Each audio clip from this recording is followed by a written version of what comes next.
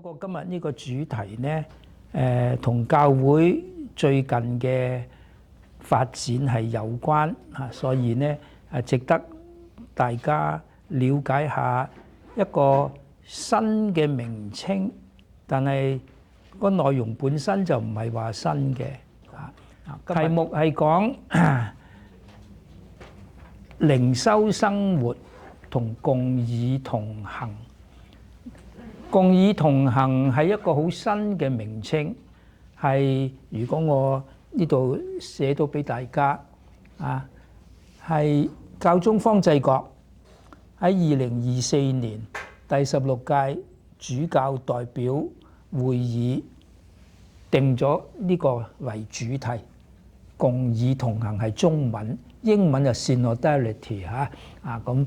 我諗喺呢2年裏邊咧，你哋大概喺神父啊或者話教會嘅文件裏邊，時時都聽過一個咁樣嘅講法嚇。中文香港譯做共議同行，台灣譯做同道偕行都冇乜所謂嚇。不過今日好想帶大家去了解點解教宗2年前提一個咁樣嘅主題，叫做共議同行。共議同行能夠講好多唔同嘅嘢。今日呢，我就好想喺共議同行呢個主題底下去講靈修生活。靈修生活唔同時代呢，有唔同嘅表達方式嘅。去到我哋呢個時代21世紀啦，我好希望大家嘅靈修生活係一種比較健康啲嘅靈修生活。過去係有佢嘅有限性啊！我會今日呢個題目呢，我一定會講過去點解一段時期咁多人對於教會嘅靈修生活有啲不滿，係有佢嘅理由嘅啊！咁點解舊陣我哋重視嗰啲嘢，今日我哋唔再係咁樣講呢？而今日唔再咁樣講，同共議同行又有啲乜嘢關係呢？係有嘅啊！所以啊，今日藉住共議同行呢個主題啊，我哋就去反省我哋今日嘅靈修生活係點。共議同行個名就新，但係嗰種精神就好耐都有。我介紹嘅就係你哋問我嘛，有啲乜嘢聖經嘅 readings 我哋可以愛嚟睇啊？咁我就話啊，你不妨翻去睇《宗徒大事錄》第15章啊。《宗徒大事錄》15章就教會當時發生咗一啲爭執，發生咗啲問題。聖經記載宗徒點樣去處理一個咁樣嘅問題。嗱，呢個問題嘅處理方式，我哋稱佢做有共議同行嘅精神喺度。宗徒大事錄第15章就話，一開始就咁樣講。從猶太下來有幾個人教訓弟兄話：如果你哋唔按梅瑟嘅慣例行割損禮呢，就唔能夠得救。一個咁樣講法嚇，你唔跟隨，即係話對嗰啲新領洗嘅教友話：如果你唔跟隨舊約梅瑟嘅法律去行事，特別係唔行割損禮呢，你哋唔得救。哇！咁就好大件事㗎喎，啊！你唔係咁樣做就唔得救。咁保祿同巴爾納伯呢就維護嗰啲外邦嘅基督徒，就咁樣講唔啱嘅，冇理由。猶太人守舊約法，梅瑟嘅法律仲好地地，因為你係猶太人。你叫外邦人走去守你猶太人嘅法律，又話如果唔守就唔得救。冇理由，耶穌基督嘅來臨啊，係為所有人嘅。點解一定要作為一個條件守舊約梅瑟嘅法律先至能得救？所以就拗得好緊要，拗到點呢？拗到教會差啲要分裂。咁你即係教會出咗一個問題，有問題嘅時候，教會點樣處理呢？聖經就記載咗呢件事，成個 chapter 係講整件事點樣處理。呢啲就係共議同行嘅咁雛形。共議就話大家一齊喺度商量，然後一齊行呢條路。咁你即係共議同行個本身嘅意思就係話，唔係一個人話就係嘅，而係教會作為一個整體做咗一啲嘢，我哋今日有時稱叫做辨別啦，稱做 discernment 嚇，即係話教會一個集體嘅辨別，去討論一件好重要嘅問題，就係究竟需唔需要要求新教友呢啲非猶太人要佢哋守舊約嘅法律，特別係割損禮呢一樣嘢。好嗱，按照宗徒大事錄嘅記載呢，兩批人，即係一批即係話保守派嘅猶太基督徒嚟，然後又有新派嘅外邦人嘅基督徒，保祿同巴爾納伯就代表住佢哋去發言，去講出喺呢個會議裏邊叫做我哋可以話第一屆宗徒會議，記載喺聖經裏邊嚇，係好珍貴嘅。今日我哋又會稱為大公會議啦。當時未發展到世界各地啊嘛，只係喺巴勒斯坦呢個地方，所以耶路撒冷就係中心。宗徒開呢個會議呢，係有代表性嘅，係為整個教會決定一啲重要嘅事項，讓教會嘅人去跟隨。咁究竟使唔使守舊約嘅法律呢？所以當時產生呢啲問題啊。好，你會發現宗徒大事錄就記載啦，兩方面嘅人都有機會發言。共議同行就唔係一言堂嘅意思，就話人人都有機會講出自己嘅心聲。我對呢個問題點樣講法，人人都有機會講。其他嘅人呢，就唔準當人哋發言嘅時候就聆聽別人。有時好多拗撬就係我有我講，你有你講，我硬係唔聽你，我唔想聽你。呢個唔係共議同行嘅精神。共議同行嘅精神就係我哋要聆聽別人。當一個團體發生咗事啦，產生咗拗撬，一定要讓人哋講出佢嘅觀點。你聆聽，你同唔同意係一回事，你要聆聽。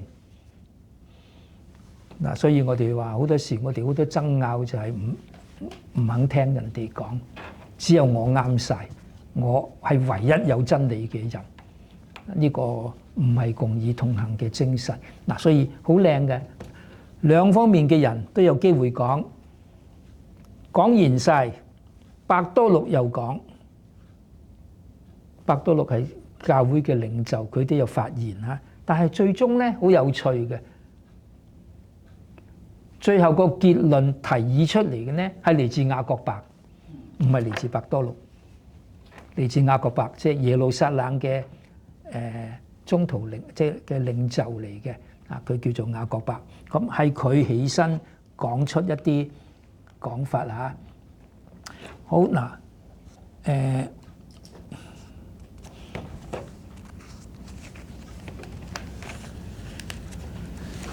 佢起身講完之後，就按我嘅意見，唔好再加給由外邦歸依天主嘅人煩難，只要函告他們戒避偶像嘅玷污同奸淫，戒食窒死之物同血，係咁多。呢個就係佢哋叫佢哋守，唔好拜偶像。呢個係第一戒，唔能夠拜偶像。然後唔好犯奸淫，奸淫係基督徒認為係嚴重嘅罪過啊，所以即係呢啲罪過，即使舊約有講，即使唔睇舊約嘅人都唔應該犯奸淫啊！奸淫係大家都知道係唔好嘅事啊，所以呢兩個清清楚楚啊，戒食窒死之物同血啊！當時點解唔可以飲用血呢？就係認為血係神聖嘅，血裏邊有生命。佢哋見到，如果你哋劏過雞嚇，一劏放血，啲血走咗出嚟呢，隻雞就死咗，就好似雞嘅生命隨住血就走咗出嚟。所以血裏邊有生命，所以既然血裏邊有生命，血係神聖嘅，生命嚟自天主嘅。所以血呢，只能夠係愛嚟獻俾天主，所以啲人就灑啲血牛嘅血、羊嘅血灑喺祭台上啊，奠血咁愛嚟奉獻俾天主就得，就唔可以愛嚟飲用。呢個係聖潔法律裏邊嘅其中一條，佢哋認為重要嘅。舊約嘅法律有幾百條噶嘛，傳統數過613條啊嘛，咁叫你守3條啫喎，而其中2條係好重要，一條係第一誡，唔可以拜偶像；第2條係同自己嘅聖潔生活有關，唔可以犯奸淫；第3條就係聖潔法律裏邊一個有代表性嘅，唔好食血，唔好食窒死之物就係勒死嘅，唔係放血嘅，放血嗰啲就得嚇。佢唔可以，總之呢個係聖潔法律裏邊嘅一啲代表性嘅，只係守3條咁多啫。呢個係雅各伯宗徒嘅建議，大家最後呢就接受咗呢個建議，就寫咗一封信，由宗徒帶翻去原來嘅地方，即係有爭論嘅地方，然後喺教會裏邊讀出嚟。呢個係教會嘅決定，以後你哋唔可以再要求外邦基督徒去守晒舊約嘅法律，只係要求佢守第1條，唔好拜偶像；守1條同自己嘅生活有關，唔好犯奸淫，唔好食窒死之物同血，3條咁多。結果呢，大家聽完之後，聽完呢個建議之後，大家都接受，冇異議，接受咗一個咁樣嘅決定嚇。連聖保祿都接受呢個建議，因為聖保祿就覺得，雖然佢話唔需要理會舊約嘅法，但係舊約法裏邊有啲係好好噶嘛。法律裏邊亦都有啲，比方第1條，冇人會反對拜偶像係唔啱嘅，冇人會反對要戒避邪淫、奸淫嘅問題。呢個作為一個基督徒應該要守，只不過係守1條比較特別啲嘅，唔食窒死之物同佢嘅血，係1條咁多。咁即使保祿認為人嘅得救係信仰耶穌基督，唔係因為要守法律，但係保祿都接受呢個宗徒會議嘅建議，咁其他嘅都接受嚇。從呢一個咁樣嘅聖經記載咗嘅例子，讓我哋見到呢個咪共議同行嘅雛形咯。共議同行就話一班人遇到一個問題嘅時候，能夠靜落嚟祈禱，同埋佢最後嘅決定咧好妙喎，講到明聖神同我哋一齊決定，係咁樣講嘅聖經嚇，即係唔係淨係呢班人聽完雅各伯宗徒嘅建議之後，大家都覺得好啦，呢個折衷辦法嚇，咁大家都接受，大家都退一步。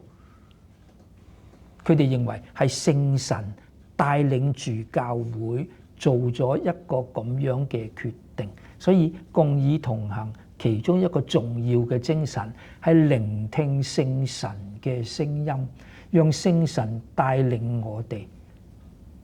嗱，呢個先至係共議同行最重要嘅一啲因素喺度嚇。由宗徒大事錄呢一個咁樣嘅記載帶出呢個信息俾我哋。得嘛？嗱，共議同行。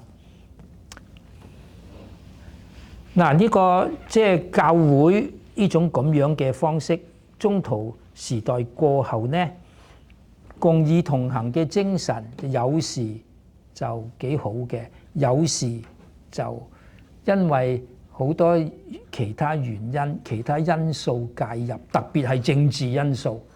皇帝一介入呢，教會就好亂嘅。我哋教會嘅歷史上面係好多皇帝呢介入，特別有時皇帝又支持某一個講異端嘅人嚇，有啲政治勢力介入呢，教會就好唔安寧。啊，過去嘅歷史係咁嚇，即係有啲皇帝中意某啲人嘅意見嚇，佢自己介入，佢又唔係宗教嘅神職人員，但係佢又愛介入嚇，所以呢啲都係令到共議同行嘅精神有時唔得。係去到我哋梵二，大家都知道60年代，上一個世紀60年代，梵蒂岡第二次大公會議重新肯定呢個精神，讓我哋即係，所以共議同行雖然係教宗方濟各時代提出嚟，但係嗰種精神呢，早到宗徒時代已經有㗎啦，或者去到近代呢，梵蒂岡第二次大公會議正正係有呢種精神帶出呢個信息。大家都知道梵二大公會議係幾千個主教一齊喺羅馬開會，開好長嘅會議㗎，幾年㗎，最後頭頭尾尾由62年去到65年，好長嘅時候，為教會定咗一啲我哋未來要走嘅路向。所以梵二大公會議係具備咗共議同行嘅精神，所以我哋應該係要跟隨梵二嘅精神，即係梵二大公會議去做㗎。大家都記得最近有啲嘢發生，教宗又絕罰某一啲人嚇。其實呢一班人呢，係喺上一個世紀60年代大公會議之後就已經存在嘅。呢班人，呢班人係一班唔肯接受梵二精神嘅一班人，啲極端保守派啊！佢哋有帶領嘅人係一個主教嚟嘅添啊，帶領住一班人唔接受梵二嘅決議，自己分裂，自己另起爐灶嘅啊！呢一班咁樣嘅人，不過後來自己發現冇乜人跟隨嘅人唔多，所以呢同埋因為佢哋離開咗教會啊嘛，咁呢啲人去到邊度佢傳教呢？每個地方嘅天主教會唔敢接受佢哋，因為你哋已經係一個分裂出去嘅教會啊！我記得有時佢嚟到唔同嘅地方，知道佢係屬於嗰個團體，本地嘅主教唔敢接受佢哋嘅，呢個係唔應該係咁啊！唔應該接受呢啲人啊，所以佢哋發現自己越嚟越孤立，所以有意同教會修和啊。咁我哋上兩任嘅教宗本篤16世同埋教宗方濟各係好包容，願意呢啲人翻嚟教會嘅啊。但好可惜，即係開咗綠燈之後，呢班人又即係原形不露，又走翻從前嗰條路嚇，拒絕唔肯本地化。你知我哋共梵二嘅其中一個精神就係本地化。你哋能夠用本地嘅語言去參與感恩聖祭，用本地語言做好多嘢，都係梵二後先至有。佢哋唔肯嘅，佢哋仍然要求用拉丁文翻去梵二之前嚇。唔知你哋有冇參加過梵二之前嘅啲禮儀嚇？我有㗎，我喺嗰個時代我聽咗10幾20年呢啲咁樣嘅彌撒，我哋去做輔祭添嘅，唔知做乜嘅，真係唔知做乜，識得答，我哋識得答㗎，但係答係乜，我哋竟然係唔知嘅。即係願主與你們同在，也與你的心靈同在，我係答咗㗎，但我唔知係呢個原因，係即係呢句話嗰個意思係點？你哋今日好多對答㗎嘛？你哋對答啊，當時係輔祭代表你哋去答啊。當時嘅彌撒冇輔祭呢就唔開得嘅，所以輔祭係代表住教會去答神父嘅即係對答嘅經文嚇。但係我哋當時係唔知係乜嘅，特別我哋東方人同我哋嘅語言同拉丁文毫無關係，係完全乜嘢關係都冇，所以令到我哋對自己嘅信仰一知半解咯，唔明咯，所以呢個係一啲唔係咁好嘅地方，有賴梵二改變咗我哋嘅禮儀啊！你哋能夠而家完全懂神父做緊啲乜嘢嘢，你哋能夠跟隨。以前我哋望彌撒呢，神父有神父開彌撒，知唔知我哋做乜嘢㗎？我哋自己祈禱嘅咋，揸住本經書自己去祈禱，特別係念玫瑰經領到你領聖體啊，出去領聖體，往往就係咁過咗㗎啦。我哋能夠保存信仰係奇蹟嚟㗎。所以教會嘅梵二嘅改變咧係好嘅，即係為我哋嘅靈修生活係好有進步啊！好嗱，呢個其中一點嚇。好嗱，而家就再進一步將共議同行呢樣嘢再稍為詳細啲解釋佢嚇嗱。教宗方濟各開16屆世界主教會議嘅時候，就將呢種精神用幾句説話講咗出嚟。佢話係以共融、參與同使命嚟體現共議同行嘅教會。共融、參與同使命3樣嘢，即係話共議同行，記住有3個重要嘅因素，一個係共融。教會需要共融。第一屆宗徒會議就有呢種共融精神啦，唔想教會分裂。Communion 啊嘛，共融係唔想教會分裂。如果當時呢兩批人堅持自己嘅睇法，我哋嘅教會喺宗徒時代已經分裂為猶太人嘅教會，即係猶太人嘅基督徒同外邦人嘅基督徒兩個好唔同嘅教會已經分開咗。感謝天主聖神帶領我哋嘅教會有一個宗徒會議，使到呢樣嘢冇發生到，所以共融係好緊要。所以記住，通過教會嘅共融、參與。當時唔同意見嘅人都出席去參與。今日我哋講共議同行嘅時候，就要讓唔同嘅人去參與。你會發現教宗方濟各係邀請好多唔同嘅人去參與喺呢個世界主教代表會議裏邊。呢啲人能夠參與，甚至有女性參與。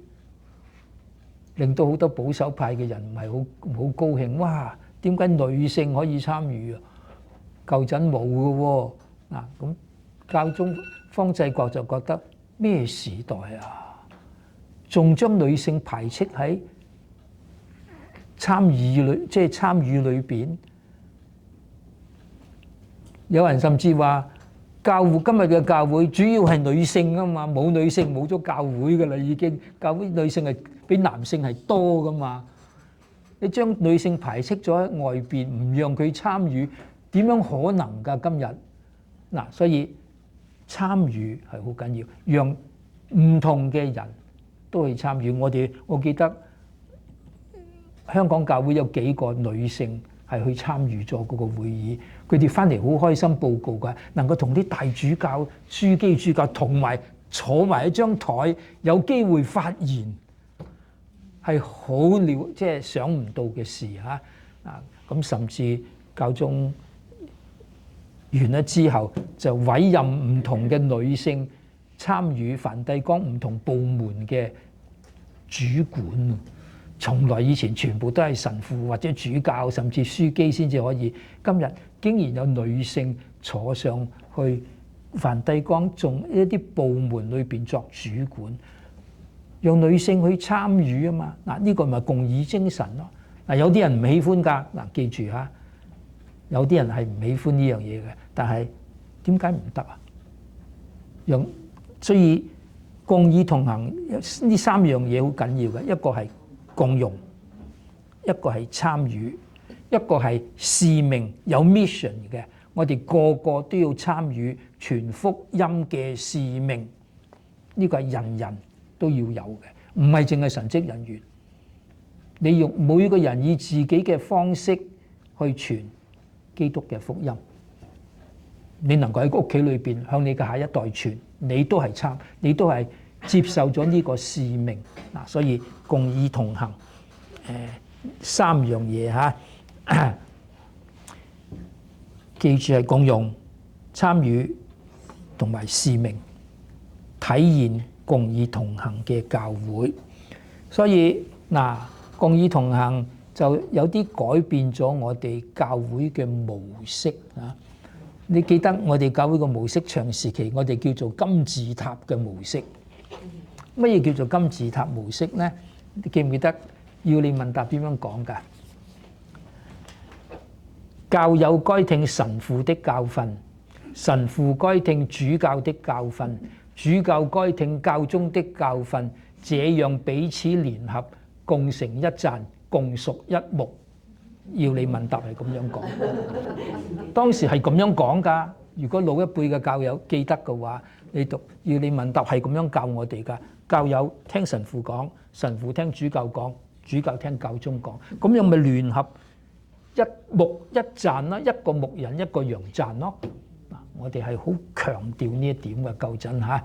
嗱，咁而家有少少改變嚇，係好㗎。聖神帶領住我哋嘅教會係重視共融、重視參與、重視使命三樣嘢，成為共議同行嘅一種重要嘅精神因素嚇。好嗱，聽完呢個好簡單嘅之後，而家共議同行大概可以把握到少少嘢嘛。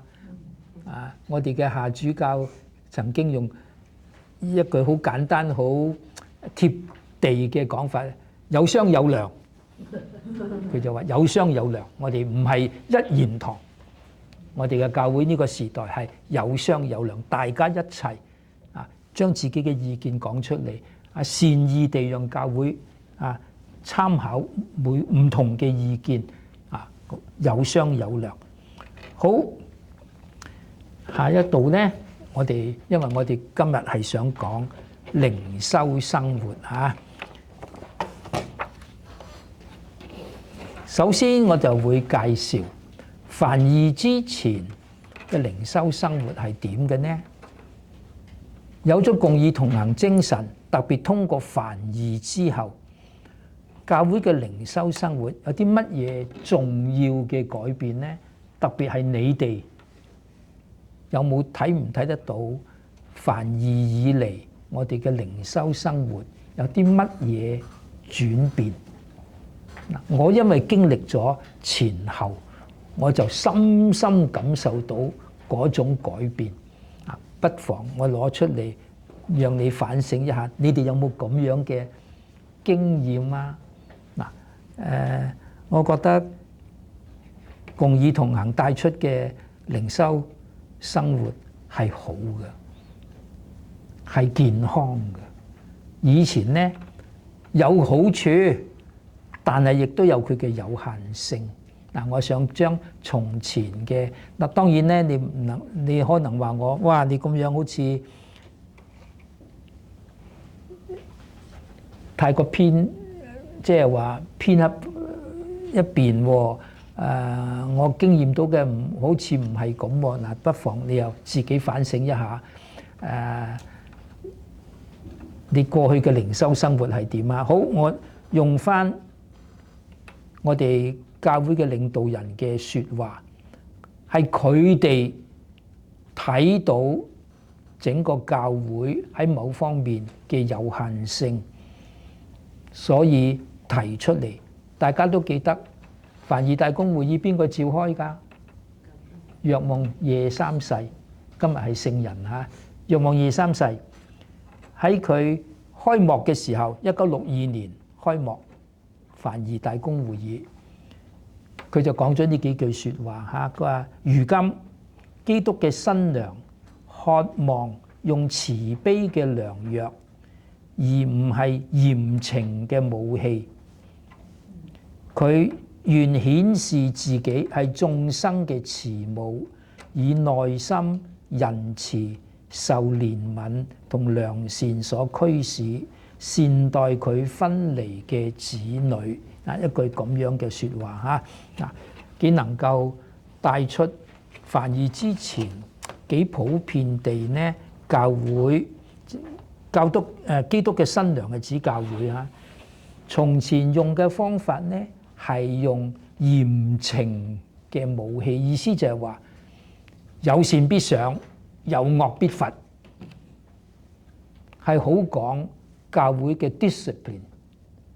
邊個犯咗呢啲呢，就要重重咁樣去懲罰。早期嘅教會，我首先講下教會早期嘅歷史嚇。早期教會有3個罪，係一定係大罪。犯咗呢3個其中一個呢，就要做好嚴格嘅補贖，先至可以赦罪。嗱，3個罪係邊3個？殺人，即係第5戒；犯姦淫，第6戒；同埋背教，你可以話犯第1戒啦。離開天主。呢3個傳統咗，只要你碰到故意殺人、故意犯姦淫、故意背教，呢個就係大罪。犯咗呢3個其中一個，神父都唔會赦你，一定要走去主教嗰度。主教會俾你一啲公開嘅補贖，你要做好長嘅補贖，因為呢3個大罪嚇，你要做好長嘅補贖，仲要着住好明顯嘅懺悔者嘅服裝。喺聖堂裏邊有特別嘅位俾你哋坐，通常都係好後邊，所以叫啲人唔好坐咁後。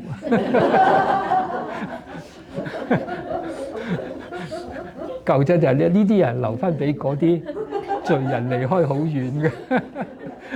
講咁一個雖然係咁樣，但係咧帶出乜嘢信息咧？教會係好重視有善必賞，有惡必罰，同時喐下就用絕罰我嚟懲罰嗰啲犯咗規嘅人。你唔聽咧，絕罰你 excommunicate。excommunicate 意思就係你再冇同教會有共融，你唔喺呢個共融嘅團體裏邊，即係話冇你份嘅共融係。我哋係咁樣講啊，諸聖相通功啊嘛。通功就係其實嘅意思。咩叫通功啊？我哋喺一個 communion 裏邊，所以我嘅祈禱，我所做嘅善功，我相信你得到益處嘅。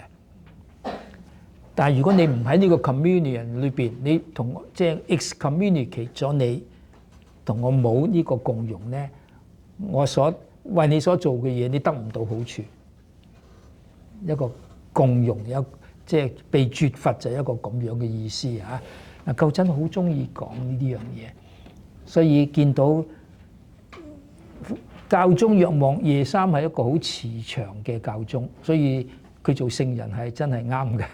呢個慈祥嘅教宗就係話，而家作為基督嘅新娘，即係教會，願意顯示自己係眾生嘅慈母，所以教會係慈母，唔係判官啊！以內心、以仁慈、受憐憫同良善所驅使，善待佢分離嘅子女。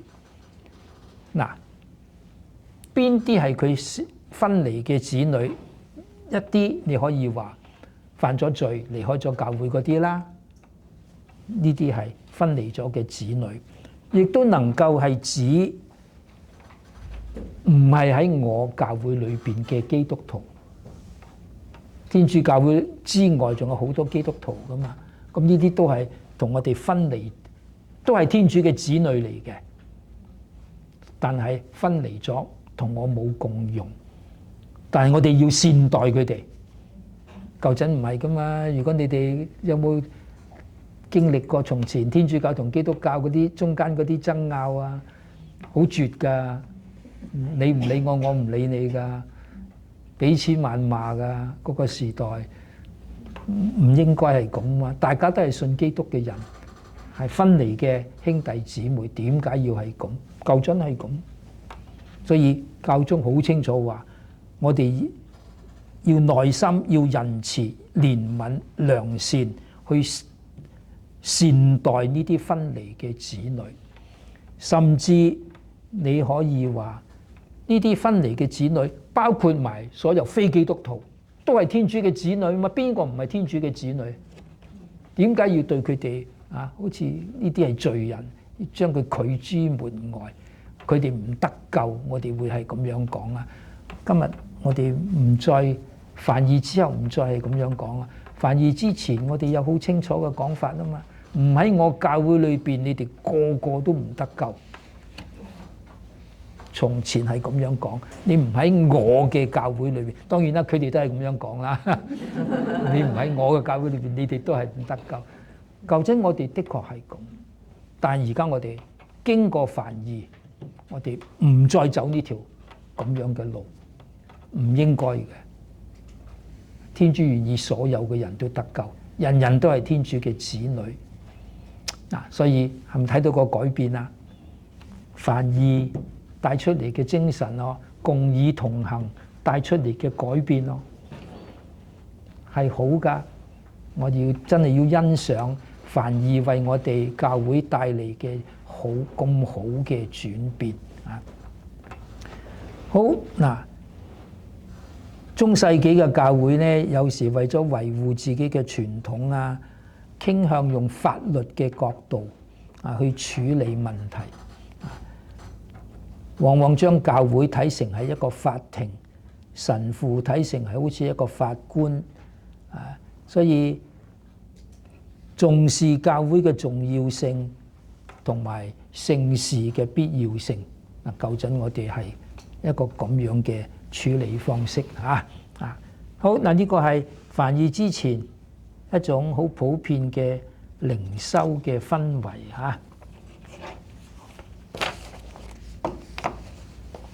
好，以前嘅神學書都有呢啲咁樣嘅風格嚇，即係我記得從前倫理神學有一本書，即係梵二之前嘅嚇，有個咁樣嘅講法嚇。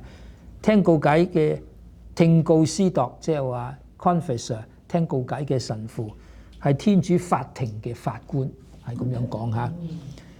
對告解人告明罪過同應有嘅準備，必須獲得相當嘅知識。即係有時教友告解咧講得唔清唔楚啊嘛。唔清唔楚，我點樣判啊？一定要好清楚咁樣，要求佢講得更多嚇，先至能夠正確裁判。所以遇到懷疑莫決之處呢，應當加以審訊。喺告解，你嚟告解啊嘛，我聽得唔清楚，你講啲乜嘢嘢啊？我要問清楚你嘅前因後果嚇，先至能夠對整件事作一個公正嘅裁判。嗱，舊陣整個氣氛都唔同，即係話你嚟告解咧，我就喺呢度做你嘅判官，聽下你告啲乜嘢嘢啊，睇下你講得正唔正確、詳唔詳盡。我聽得唔清楚咧，我就要審問你。咁就好嗱，呢種我哋會舊陣呢種做法，我哋稱佢做法律主義嘅做法嚇，好 legalism 啊，好法律主義。嗱，教友嘅信仰生活啦，去到碰到你哋嘅靈修生活咧，難免咧都有呢一種應付法律要求嘅傾向，能夠有嚇。有時斤斤計較一啲好規矩嘅細節。嗱，我問下你哋有冇呢啲咁樣嘅經驗啊？有冇問你參加彌撒感恩祭，參加幾多先至叫做滿全咗主日彌撒嘅本分？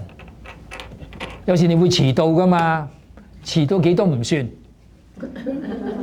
有冇啊？舊陣有㗎，即係話舊陣係咁㗎，好緊張。你有冇？你要嚟參與彌撒，咁有時遲到㗎嘛，遲到幾多唔算咧？嗱，舊陣好緊張啦，好緊張就話啊，我一定要符合呢啲規矩，以符合規矩作為一個標準。當時嘅規矩就係唔重視聖道禮儀，係重視聖祭禮儀。所以聖祭禮儀開始咗呢，即係揭開咗塊布，開始奉獻呢。神父話：上主萬有嘅天主，你賜給我哋食糧，我哋等等。開始奉獻呢，唔得，就要由頭要望過。即係有時我好記得細個點呢，衝入去睇下揭咗塊布未咯，未咧就我就行得快啲嗰啲話未啊，快啲啦，唔係又要由頭望過啊！哇，完全對聖道禮儀唔重視嘅，呢種態度點啱啊？天主聖言一啲都聽唔到，神父嘅道理一啲都聽唔到，冇所謂，只要聖祭禮儀未開始就得，呢啲咪法律主義咯。如果今日仲會唔會有呢啲咁樣再問呢啲嘢啊？我遲到幾多要望過啊？等等嘅問題啊，唔應該噶嘛，應該係兩樣都重要，聖道禮儀、聖祭禮儀都要參與。係咁先至啱。以前有人甚至即係話讀聖嗰三段聖經同埋神父講道理嗰段咧，走咗出去食煙㗎，食完煙睇完未完咧就翻嚟啦。聖祭禮儀開始，哇！你睇下呢啲乜嘢靈修嚟㗎？咁唔重視感恩祭裏邊嘅聖道禮儀，當天主嘅聖言冇到，呢啲咁樣嘅靈修點得㗎？唔啱㗎嘛，係應該兩樣都重要先至啱。呢個舊陣就係往往會計較，即係好乜嘢先至係滿全咗我嘅本分。啊，呢啲咁樣嘅做法唔正確㗎嚇。好，你又記得領聖體要守聖體齋啊嘛？以前守聖體齋係比較嚴格㗎喎，知唔知幾時開始啊？而家1個鐘頭夠陣啦。唔知老教友記唔記得啊？晚上12點正開始，12點正開始，你要守聖體齋，即係話你食宵夜11點幾快望住個錶嚟食㗎，快啲唔係聽日領唔到聖體㗎。即係過咗12點你仲喺度食，聽日就唔得啦。好計較呢啲咯，乜都要食，宵夜都要快啲，因為要滿全呢個本分。嗱，呢啲不知不覺係好法律主義㗎，以守法嚟做標準，忘記咗領聖體為乜嘅呢？參與感恩祭係為乜嘅呢？乜嘢先至係最重要嘅呢？接觸一個慈悲嘅天主，領受佢嘅生命嘅食糧，呢啲先至係重要。我哋往往會忽略咗呢啲嘢嚇。嗱，既然好重視呢啲守聖體齋，所以就出現一啲今日就唔會問嘅問題嘅喎。守聖體齋今日就1個鐘啦，食煙1個鐘頭內，我食煙得唔得啊？我唔係食飯，我食煙啫。嗱，當時係有呢啲咁樣嘅，因為由半夜開始啊嘛，有啲人又肚餓，肚餓唔食得嘢，好啦，照向口交啦，得唔得啊？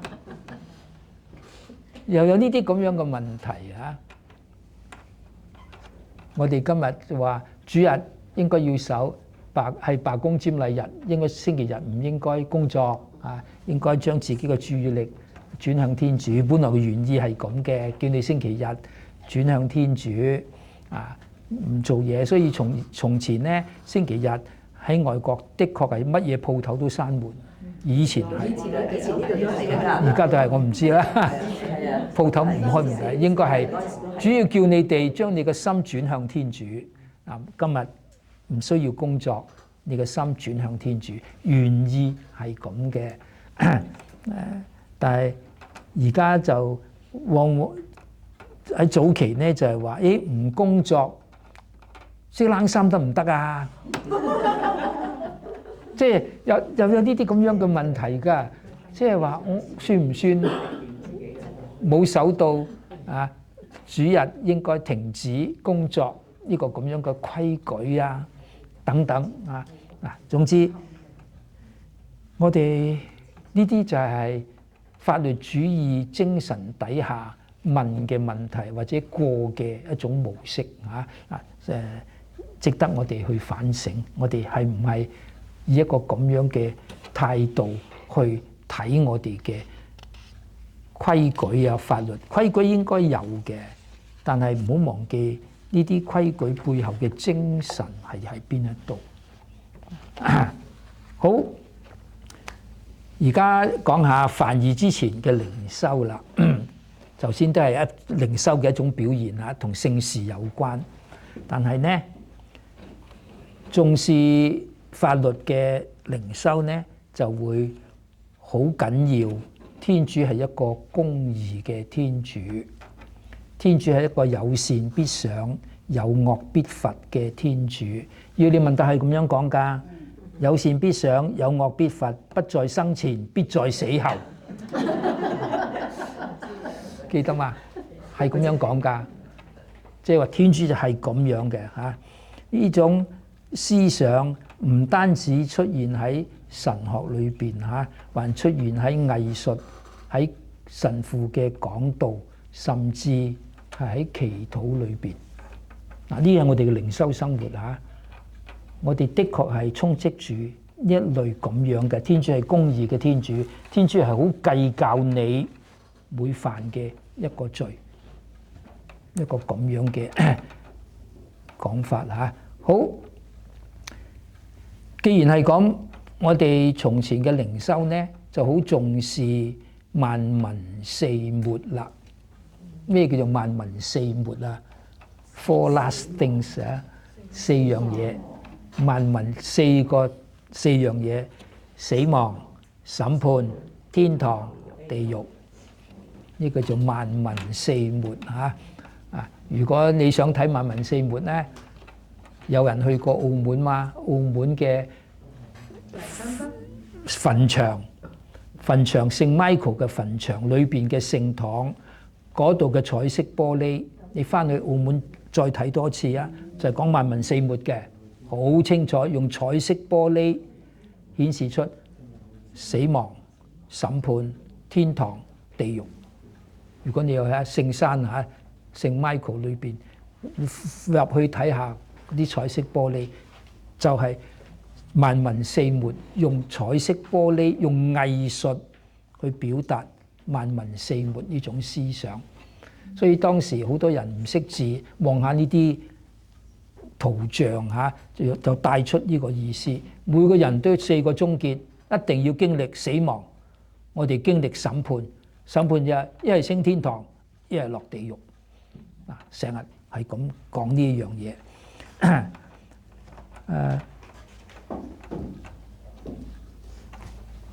好，我講多一陣，我會停一停，俾你哋休息一下。仲有好多嘢未講完啦，呢啲只不過係仲係講緊梵二前靈修嘅一部分嚇。好嗱，既然咁重視死亡，從前嘅靈修係好中意講死亡。如果你哋有睇下一啲名畫，好多聖人祈禱嘅時候，手裏邊揸住啲乜嘢嘢？揸住個頭骨啊！有冇睇過？你唔信就翻去啊！你去任何地方啲名畫畫聖人祈禱好咩都好，往往你見到佢身邊就有一個頭骨喺度，做咩啊？聖人拿住呢啲嘢嚟祈禱啊，拿住個骨頭祈禱，默想死亡。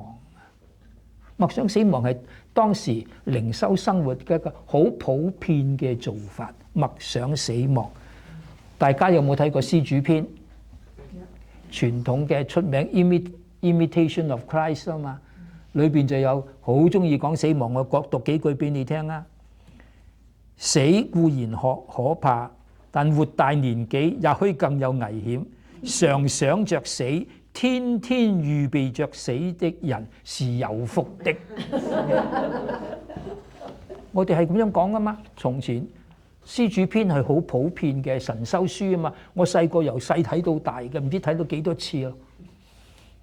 當時係叫你哋成日準備死亡，時時默想死亡，咁你係有福啊。咁你就唔會犯罪，因為你默想死亡。你一想起死，你就唔會犯罪。用呢啲嘢嚟作為一種阻嚇嗱，所以呢種靈修充滿住對天主嘅恐懼啊，即係好怕天主嗱。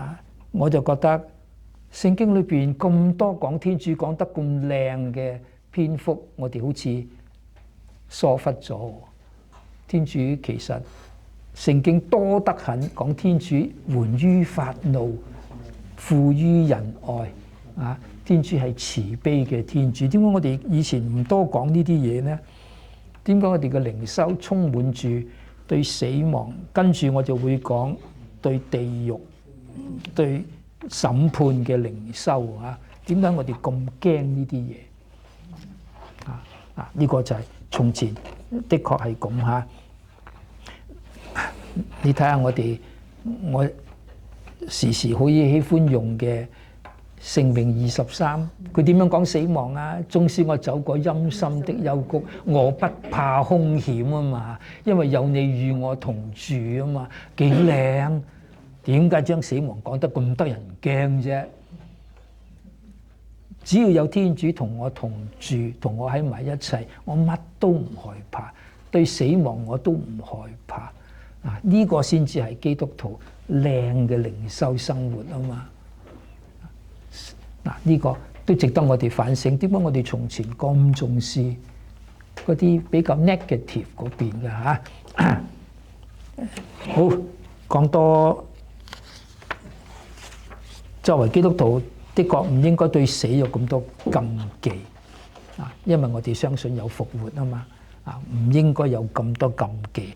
禁忌係不知不覺對死亡有一種害怕，好似一講親死呢樣嘢呢，就會為我帶嚟一啲不吉利嘅結果。所以咧我就唔提佢，最好就係一種禁忌，唔好提啦，唔好提個死字啊。所以4啊、7啊、14啊呢啲，通通我哋啲大廈好多都冇啦啊，冇噶。呢啲係迷信嘅人，佢把握到你哋迷信嘅嗰種傾向，避免你哋壓價。冇人買㗎，4樓平啲啦咁咯。咁佢咪索性冇晒呢啲嘢咯。嗰啲發展商都唔知幾叻，摸準你哋迷信嘅心理，對死亡嘅禁忌啊！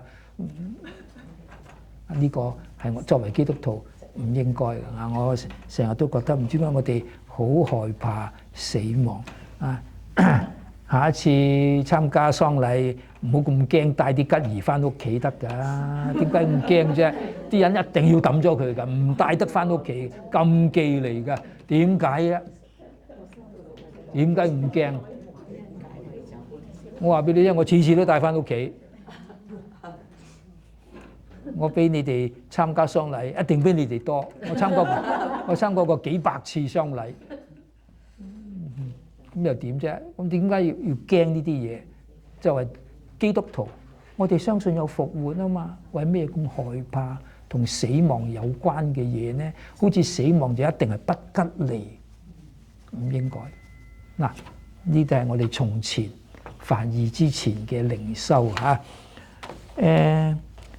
再講多一個審判啦，因為死亡審判啊嘛。第二個萬民四末嘅第二個審判，點解我哋咁驚死亡之後審判？聖經有講啊，連耶穌基督都有最後審判嘅比喻係有嘅啊。但係點解我哋咁驚呢？嗱，舊陣有一本好出色嘅神修書，叫做《默想全書》，又唔知你有冇聽過啊？《默想全書》係我哋舊陣，因為佢得每一日都有2-3版紙嘅啫，所以好短，好多人都攞嚟睇嘅。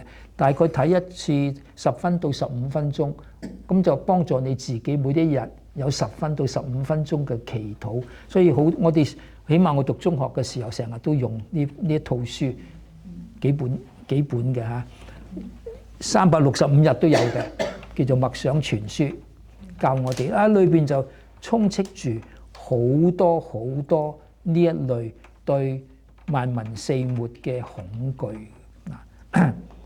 所以有時呢啲靈修家呢，就有啲誇大地去講嚇，咁就《默想全書》呢部書其中嘅幾句係咁樣講嚇：那時候你獨自一人，帶着你一輩子嘅罪過，一見到自公自義要復仇嘅天主，該如何驚惶戰慄呢？將天主睇成係公義復仇嘅天主啊！將天主睇成係復仇。天主幾時叫人哋復仇？天主教人哋寬恕。點解話天主係一個復仇嘅天主呢？都唔明點解用呢啲咁樣嘅嘢去描寫我哋慈悲嘅天主嚇。嗱，舊時係咁嚇。嗱，咁佢話呢個復仇嘅天主唔單止追究你每一個大罪，連最少嘅罪都唔會放過你喎。咁啊，哎呀，陰公，連最少嘅罪都唔放過。有時甚至引用聖經嘅話，聖經有一句話：直至你還清最後的一文，你唔可以喺嗰度出嚟啊！要你還清最後嘅一文。哇！天主係一個咁樣咁得人驚嘅天主。嗱，呢個就係審判嚇。嗱，我記得大家去過羅馬，一定去 Sistine Chapel 睇 Michelangelo 嘅最後審判。我話俾你聽，我最唔喜歡過，因為呢一個係反映出呢一類萬民四末嘅靈修嘅藝術全部係令你驚嘅。如果你仔細去睇，你當佢係藝術咁啊，冇乜所謂啦。如果你真係想佢睇到佢裏邊所包含嘅嗰種靈修咧，係令到你好驚，因為裏邊係強調天主公義嘅懲罰。佢用好多嘢表達嘅嚇。耶穌係塊面向住左邊，向住左邊係咩啊？因為比喻裏邊話啊嘛，右邊係綿羊，左邊係山羊啊嘛，山羊要落地獄噶嘛，呢啲係嚇，所以耶穌隻眼係好嚴厲望住左邊，聖母瑪利亞呢係望住右邊嘅，所以啲咪表示咩啊？耶穌係公義，聖母至係慈悲。豈有此理，唔將耶穌睇成係慈悲嘅主，咁樣去講，但係佢當時嘅藝術係咁表現咯。耶穌隻手舉起，係好似將佢哋打落地獄咁嘅，隻手舉起啊，係。然後如果你再睇清楚，如果你用放大鏡睇啊，你翻去攞咗佢出嚟，用放大鏡睇其中一個角落，係喺耶穌腳下有一嚿雲。裏邊有兩個天使，一個天使就向住左邊，一個天使向住右邊。向住右邊嘅天使打開一本書仔，好細本嘅。左邊嘅天使拿住一本好大嘅書，打開，表示咩啊？多人落地。你翻去睇啊！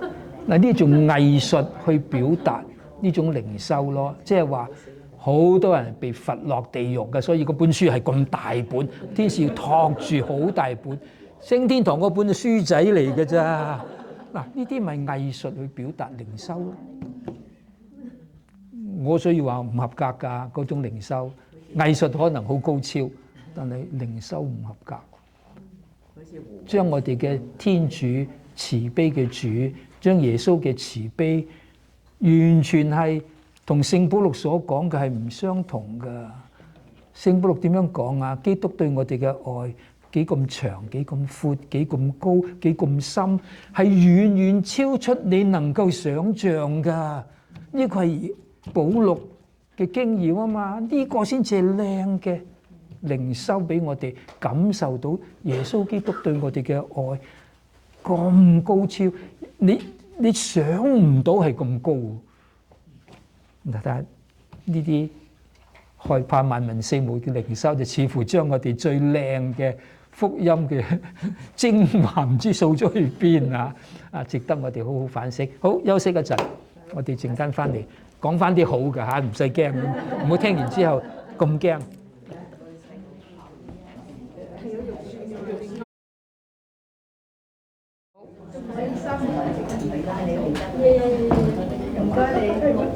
萬民聖末咧，其實講到最後最得人驚嘅咧，就係地獄。所以咧，地獄呢個就最多過去梵二之前最多靈修家講嘅就係地獄。我好記得我細個，其實我已經好乖㗎，細個都聽好多道理，參加好多避靜。我參加個避靜，以我記憶當中咧，幾乎次次個神父都講地獄嚇我㗎，真㗎。我記得嘅印象當中，小朋友啫嘛，嚇到我哋咧，我全身飆冷汗，講到好得人驚嘅。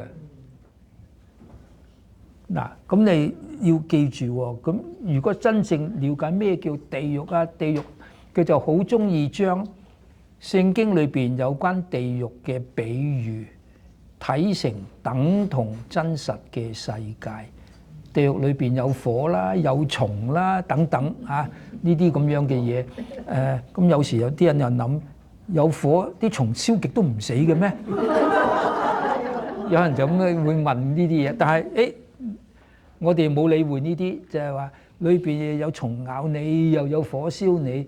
啊，我好記得嗰啲講道理嗰啲神父咧講到話，地獄好得人驚㗎，最記住係永遠、永遠、永遠咁燒你㗎。唉，你話犯法啲小朋友唔驚咧，嚇到嗱。書裏邊的確又係咁樣講。嗱，頭先我介紹過嗰本書默想全書，我睇佢其中咧有相當多嘅篇幅係講地獄。其實佢所講嘅地獄係佢自己想象，聖經裏邊冇咁樣講。聖經有提過火，唔好忘記係一個比喻。你唔可以將比喻嘅世界完全等同真實嘅世界。如果係咁呢，你睇聖經就好大件事。耶穌叫你隻眼使你犯罪，你挖咗佢；隻手使你犯罪，你斬咗佢。你有冇挖啊？有冇斬啊？你又知道你唔會做喎。你話呢個係比喻喎，點解嗰度你又當佢完全係真呢？所以要好小心，即係睇聖經嘅比喻。耶穌想讓你知道呢個係一個好悲慘嘅結局，千祈唔好去嗰度啊！咁係咁啫。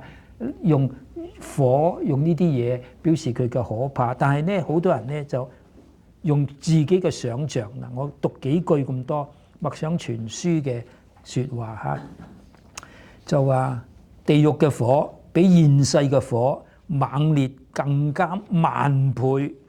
地獄嘅火係天主為罰人做嘅，能不更加猛烈麼？為罰人去做嘅嚇。我哋話天主創造嘅嘢係好噶嘛？記唔記得我哋話天主所創造每一樣嘢都每做一樣嘢都話好，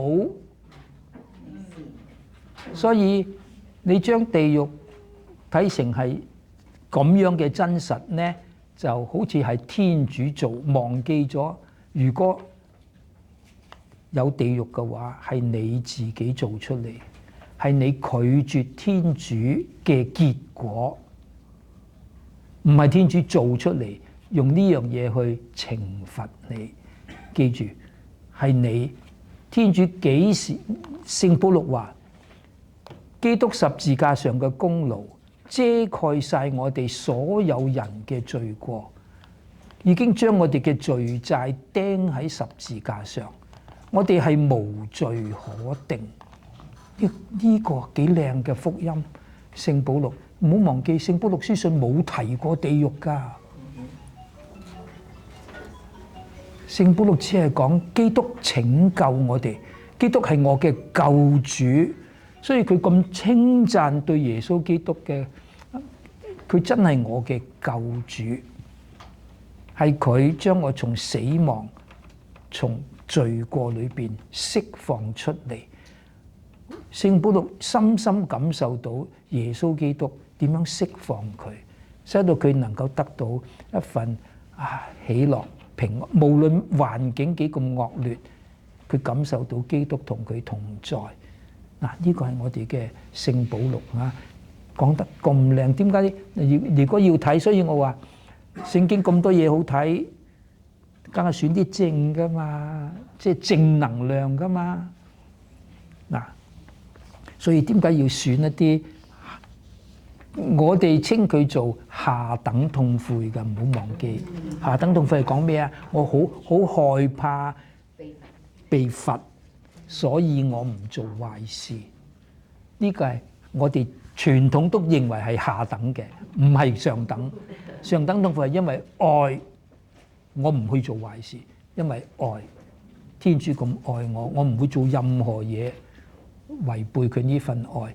我應該好似佢一樣咁樣去愛啊！所以呢個係上等，因為愛我唔犯罪，唔係因為害怕被罰先至去犯罪，先至唔犯罪啊！所以都記住呢一樣嘢嚇。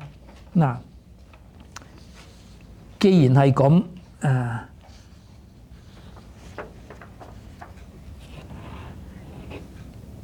我哋就要好小心將聖經裏邊有關地獄嘅記載作一個好嘅註釋，即係話呢個作者咁樣講嘅時候，想帶出一個乜嘢嘅信息俾人呢？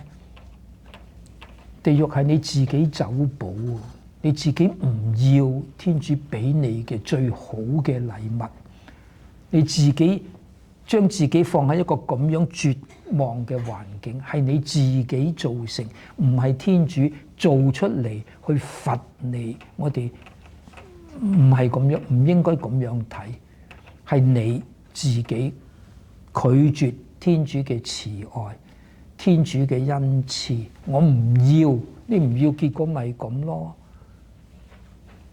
聖經都有時會用一啲咁樣嘅講法。聖經有時話，當你拒絕嘅時候，你咪消失咗咯。即係你天主本來願意將天國賞賜俾你，你拒絕佢，我唔要入，係你自己造成嘅一個果，唔係天主唔要你。天主降生成人就係為拯救你，耶穌嘅來臨係拯救，唔係懲罰。係你唔要你帶嚟呢一個咁樣嘅果，係你自己要嘅，得嘛？咁樣去了解地獄係比較正確啲，唔好太過渲染啊，令到人哋恐懼。所以地獄就使到你自己拒絕，你自己就消失咗，錯過晒天主為人所準備嘅咁好嘅結果，一個天國嘅結果嚇。你自己唔要，所以消失喺虛無當中，就係好多今日嘅人講地獄係你自己唔要，你拒絕嘅結果嚇。好，如果我哋太過重視講地獄嘅懲罰，甚至好似將天主睇成呢啲睇見自己嘅子女喺地獄永遠咁受苦，係好開心嘅。哇！呢個係乜嘢嘅天主？你諗一諗啊，即係天主會見到佢嘅子女喺地獄裏邊日日夜夜無盡期咁俾火燒，佢好開心啊！呢個係我哋嘅天主咩？呢個係耶穌基督啟示嘅天主咩？一定唔係嗱，所以唔好太過誇張地去講地獄嘅靈修，去嚇人，甚至有時係反後果。點解啊？我話俾你聽，好多人即係聽佛教或者話加入佛教，即係點解啊？佛祖係慈悲啊嘛，佢哋話佢哋嘅信仰地獄未空誓不成佛啊嘛，係佢哋講噶嘛，一定要將地獄所有嘅人都拯救晒，我先至成佛啊嘛，否則我唔。如果兩相比較，你話一個未有信仰嘅人聽兩種講法，就邊個啊？你自己話咯，俾我都會選一個慈悲噶啦。地獄未空誓不成佛，係比永遠咁罰你係吸引得多啦。如果一個未有信仰聽你兩種宗教喺度講嘅時候，所以我哋慢慢發現點解咁多人走咗去嗰度啊？就係你哋講埋呢啲咁樣嘅嘢咯，嚇走晒人咯。你嘅天主毫不吸引咯。呢啲靈修係唔係咁理想嘅，真係下等嘅咋。我哋上等嘅嘢點解唔講啫？我哋今日應該講多啲上等嘅靈修，正正係耶穌基督要嚟所宣講嘅福音。呢個係聖保祿所帶出嘅信息，得嘛？嗱，所以都讓我哋翻去梵二以嚟靈修新嘅路向嚇。嗱，我哋今日唔再講呢啲啦。我就覺得呢個正正係今日嘅教育。我哋今日教育一代，請問仲有咩地方準睇佛㗎？請問我哋講就講啦，舊陣我都係俾阿媽打大㗎啦，係有啲好處。但係今日仲有冇啊？話你虐兒㗎，唔準㗎啦嘛。今日嘅社會都尚且唔接受用懲罰帶嚟嘅教育嘅好處，叫你多啲用愛心，啱啊？我哋今日係咁樣講啊嘛。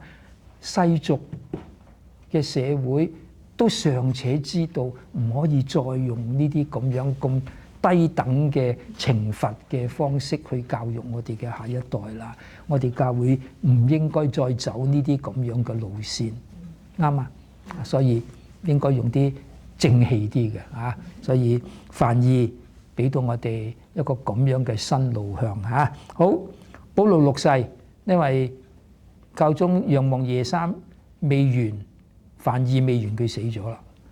跟住嗰個係保祿六世啊，佢結束梵二嘅時候就指出一個咁樣嘅路向嚇。我個文章裏邊有講嘅嚇，我哋願意指出本屆大公會議嘅主要宗教特色就是仁愛，講 love， 講 charity。我哋即係話大公會議最主要嘅特色就係講仁愛。慈善撒瑪黎雅人嘅古老故事，正係大公會議嘅靈修模式，叫我哋學慈善撒瑪黎雅人嘅做法。慈善撒瑪黎雅人大家都熟悉呢個比喻，阿耶穌講嘅比喻啊，裏邊係好靚嘅。佢完全冇理會到咁多顧忌、咁多仇恨。如果想起仇恨，你就唔會幫一個敵人㗎啦，因為撒瑪黎雅人同猶太人係敵人。我醫好你，咪多一個敵人。但係嗱，反而自己經過嘅司祭同肋未人都係猶太人嚟嘅。你亦都唔好太快怪佢哋，佢哋唔幫呢個人，因為有佢哋嘅理由，只係見到一啲比方，因為規矩就係你掂過一個死人，或者我掂一掂呢個人受傷，睇到佢就死啊嘛，我掂一掂佢，佢死咗呢，我就成為不潔，我就唔可以喺聖殿服務，我就要清潔我自己先至可以。咁唔好忘記嗰度咁多司祭，一日3班，一年都係1000零個。佢哋話嗰度有成2萬幾個，嗰個時代有2萬個司祭，輪幾耐輪到你啊？10零20年咯。嗱，咁請問我10年先輪一次，今日輪到我有份見到碰一碰你，我冇得做。你肯唔肯啊？所以你唔好鬧佢鬧得咁快。天主緊要啲啊，為天主服務。我大條理由，即係話，如果講理由呢，司祭同個肋未人都有理由，因為佢哋係聖殿服務嘅人，掂親死人就不潔，就唔可以喺聖殿服務。天主緊要啲，反而呢個所謂敵人。聖經只係講咗一句，動了憐憫的心，呢個仁愛咯。動了憐憫的心，但大公會議正正係話撒瑪黎雅人嗰個故事，正正係我哋而家呢個大公會議嘅靈修模式。我哋以後要走嘅靈修路向，就係應該係以 charity 為本嘅一種靈修模式。唔好再講懲罰，唔好再講啊，令到人哋害怕戰律。大公會議向今日世界公布嘅係鼓勵嘅藥方，而唔係使人氣餒嘅診斷，係信任嘅信息，唔係使人害怕嘅預告。嗱，你哋冇聽過呢個可怕嘅預告？有邊？你哋冇個係我嘅年紀嚇。嗱，我細個嗰陣，其中有一段日子，唔記得50年代邊一個時期，竟然喺教會裏邊就傳開一種害怕嘅預告嚇，即係話會世界末日啦。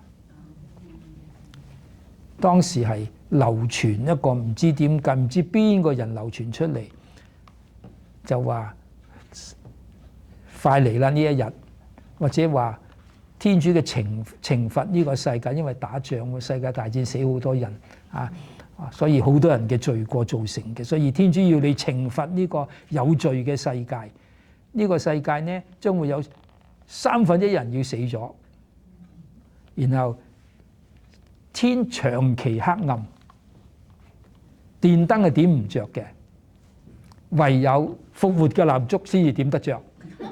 所以我好記得我阿媽走去聖堂問神父，可唔可以俾用過嘅復活蠟燭俾一橛我哋屋企，in case 嗰日發生嘅時候呢，有一支蠟燭可以點得着啊！我好記得呢件事，呢啲咪就使人害怕的預告咯。嗰陣係流行呢啲咁樣嘅講法㗎，唔知邊個傳出嚟喺教會。如果你有我嘅年紀嘅人聽過呢啲嘢咧，可能會記得呢件咁樣嘅事件啦。流傳真係，我阿媽真係走去堂區問神父攞蠟燭㗎。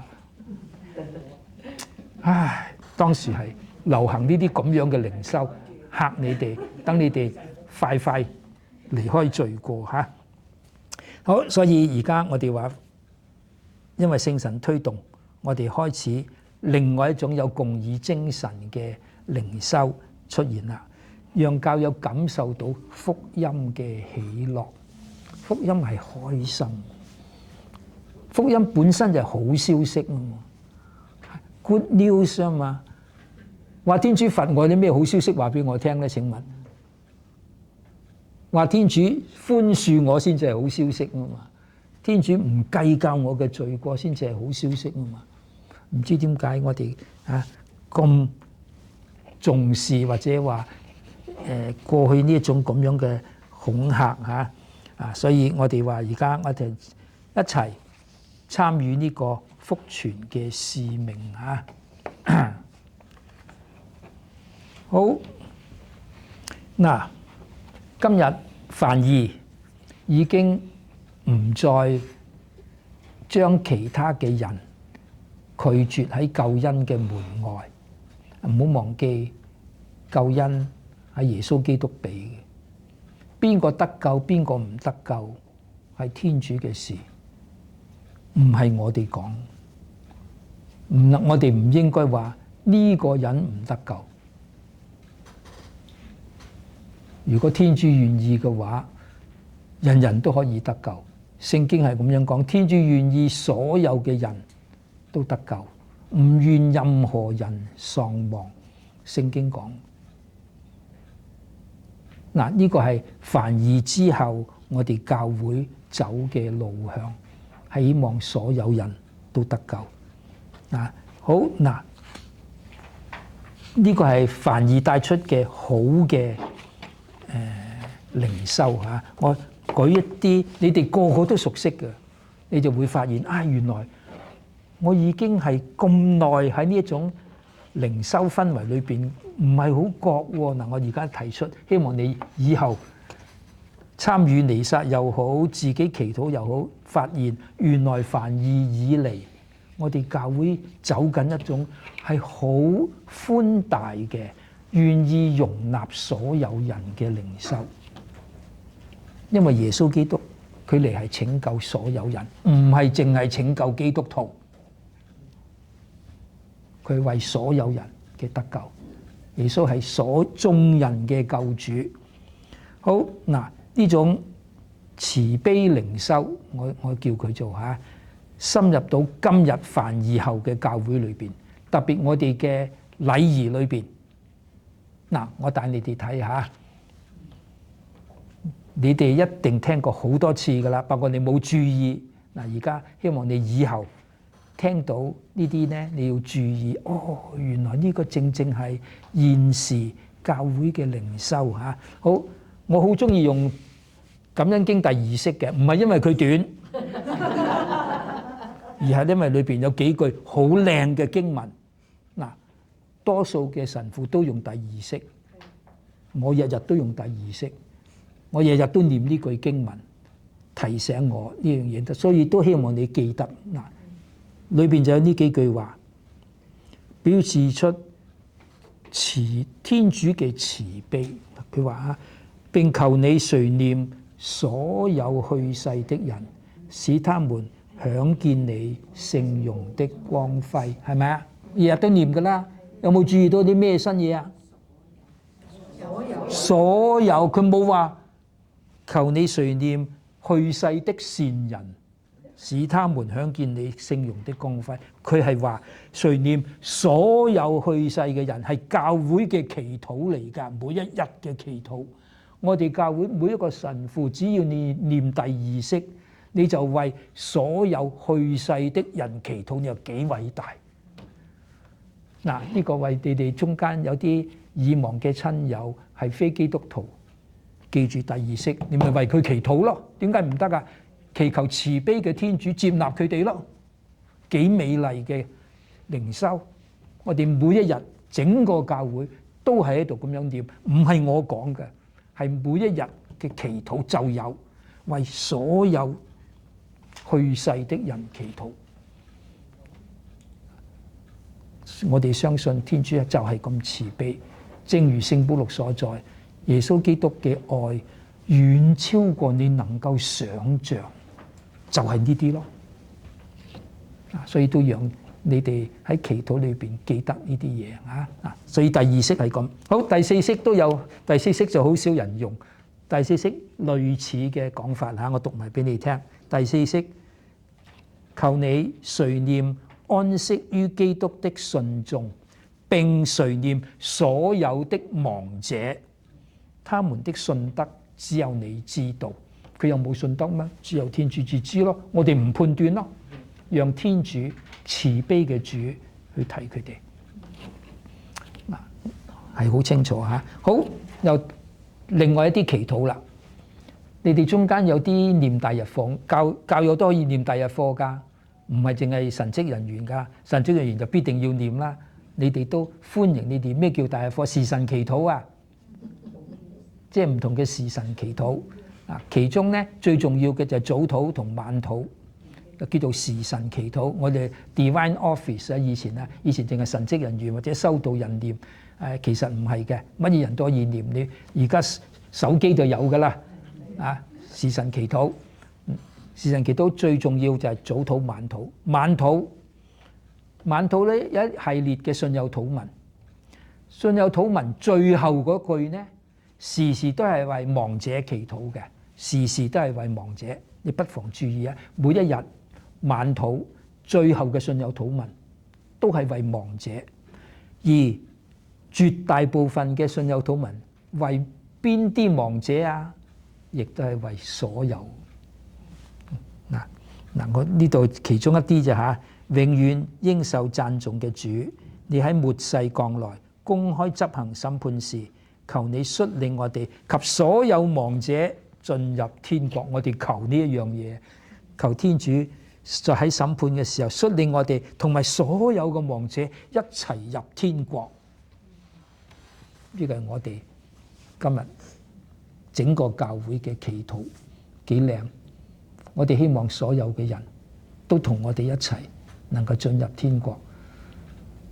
唔進入即係我哋相信有冇人唔進入啊？我唔知，我希望冇。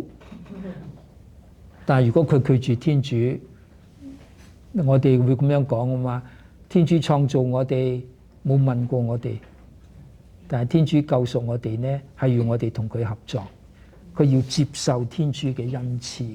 如果佢唔愛接受，點呢？佢哋自己為自己製造地獄咯。我哋就會咁樣講啦。今日啊，我希望冇啦，希望個個天主都俾機會佢哋啊，能夠同我哋一齊進入天國啊。好，所以慈悲靈修，我就會話係共議同行嘅結果，由聖神帶領我哋教會由上到下回應參與，並以呢一個作為我哋嘅使命。你記得我講公義同行3樣嘢啊嘛，共融、參與、使命。我哋喺一個共融教會裏邊，我哋一齊參與呢一樣嘢，以此作為自己嘅使命，就係宣佈天主慈悲嘅福音，將主慈悲嘅福音話俾人哋聽。嗱，呢個係我哋嘅責任嚇，所以我哋唔怕同佛教徒講㗎，我哋嘅天主一樣係咁慈悲㗎。我哋唔拒絕任何嘅人，天主唔拒絕任何嘅人，耶穌基督嚟拯救所有嘅人㗎。我哋有聖保祿嘅書信作為我哋嘅根據㗎。我哋嘅罪債因為基督嘅緣故已經消除咗㗎啦。嗱，幾靚嘅福音。嗱，呢個係我哋要將呢樣嘢話俾人哋聽啊。好，教宗方濟各曾經寫有定咗一年叫做慈悲禧年，如果冇記錯呢，好似2015咁上，2015係咁上下啦，10年前到嚇。有本書叫慈悲面容詔書，就係慈悲靈修嘅高峰。嗱，即係話佢喺呢個慈悲面容呢個文獻裏邊，特別強調天主嘅慈悲，所以叫嗰一年叫做慈悲禧年啊。裏邊就係咁樣講嚇，我哋被誘惑只係注重公義，但係忘記公義只係必須亦都不可或缺嘅起步，但係教會仍需更進一步，追求更崇高同更重要嘅目標。呢個就係慈悲。公義唔係福音嚟㗎，公義乜人都懂，因為公義係人性，天主擺喺我哋人性喺我哋良心裏邊。公義應該要做嘅，人人都要公義地對待其他嘅人，但係公義唔係福音。當我哋還係罪人嘅時候，天主就愛咗我哋，為我哋寫喺十字架上，消除我哋嘅罪過，呢個先至係福音。所以慈悲幾時都大過公義嘅，呢個先至係我哋應該記得嘅事嚇。公義只不過係起碼嘅條件，應該做嘅，但係公義唔係福音。甚至我哋喺倫理上有一句咁樣嘅格言嚇：公義越大，就損害越高嘅。你睇下而家啲戰爭，大家都認為自己係公義咯。你殺咗我嘅人啊嘛，我要報復嚇，我哋要還我公道，我又殺翻你咯。無時無了期嘅，你殺我，我殺你，大家都認為係公義。公義越大，就損害越高。嗱，呢個係我哋倫理上嘅格言，叫我哋唔好淨係講公義。天主唔係淨係講公義嘅，天主更係一個慈悲嘅天主，慈悲先至係福音。嗱，所以呢個就係慈悲面容詔書嘅封面，係耶穌背住一個人，然後用咗一句聖經嘅話，就係你哋應該係慈悲嘅，因為天主係慈悲。所以好似天主一樣咁慈悲。呢個就係我哋嘅結論嚇。結論就係慈悲面容詔書裏邊嘅説話。教會應該歡欣地重拾慈悲嘅召叫，時辰已經到，應該回歸基本，擔待我哋弟兄姊妹嘅軟弱同掙扎。慈悲係喚醒我哋重蹈新生嘅力量，並俾我哋注入勇氣，懷住希望迎向將來。就因為慈悲啊，所以好似天主一樣咁慈悲。而共議同行嘅靈修就係喺呢個共融嘅教會裏邊，所有基督徒一齊參與，一齊回應慈悲嘅使命嗱，呢個去宣講慈悲嘅福音。希望我哋所有今日聽過我呢個講座嘅人，收起你哋過去嘅恐懼啊！我而家唔驚啦，因為恐懼我都話係下等嘅痛悔啊，唔夠上等，慈悲先至係。所以多啲講天主嘅慈悲啊，少啲講懲罰嘅公義嗱。所以都希望結果就係聖經係咁樣講，愛裏邊冇恐懼嘅，圓滿嘅愛將恐懼驅逐於外，圓滿嘅愛。所以再係恐懼呢，即係話你嘅愛都係仲有啲問題，未去到圓滿嘅境界。好，我今日講到呢度為止嚇，我俾啲時間你問我一啲問題，然後我哋有啲時間靜落嚟，俾大家去做啲祈禱，去做啲反省。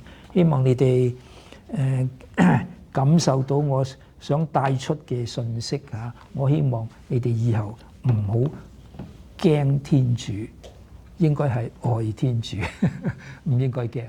天主冇嘢好驚。